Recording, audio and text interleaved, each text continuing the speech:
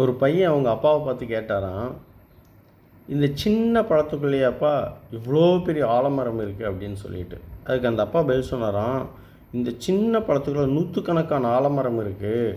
அந்த பழத்தை புட்டு விட்டு இதில் கசகசா மாதிரி இருக்கக்கூடிய அந்த சின்ன ஒரு துகள் இருக்குது பார்த்தியா, இந்த விதைக்குள்ளே அந்த ஒரு விருட்சத்துக்குள்ளே தான் இவ்வளோ பெரிய ஆலமரம் இருக்குது அப்படின்னு சொல்லிட்டு.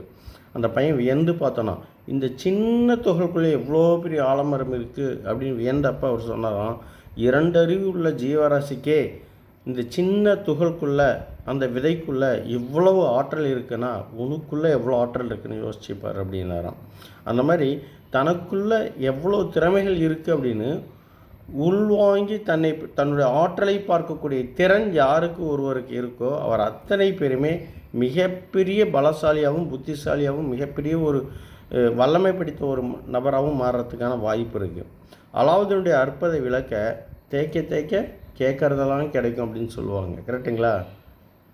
ஓகேங்களா? அதே மாதிரி தான் இந்த ட்ரூஃபில் ஷாப்புடைய ஐடிக்குள்ளே எவ்வளோ பொட்டன்ஷியல் இருக்குன்றது உங்களால் உணர முடியுது அப்படின்னால், சின்ன விருட்சத்துக்குள்ளே எவ்வளோ ஒரு பவர் இருக்கோ அதேமாதிரி சின்ன ஐடி நீங்கள் நினச்சிட்ருக்கூடிய அந்த ட்ரூஃபில் ஐடியில் எவ்வளோ பெரிய பிரம்மாண்டமான விஷயங்களை உங்களால் உங்களுடைய கனவுகளை அத்தனையும் அடைய முடியும் அப்படின்ற ஒரு விஷயம் உள்ளடக்கி இருக்கின்றது உங்களால் உணர முடியும் அப்படின்னா நீங்களும் மிகப்பெரிய ஒரு கோடீஸ்வரராக இருக்கலாம்.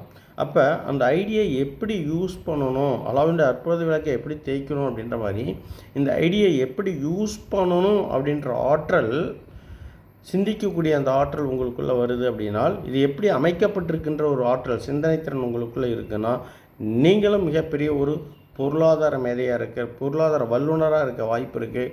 Wish all the best. Thank you.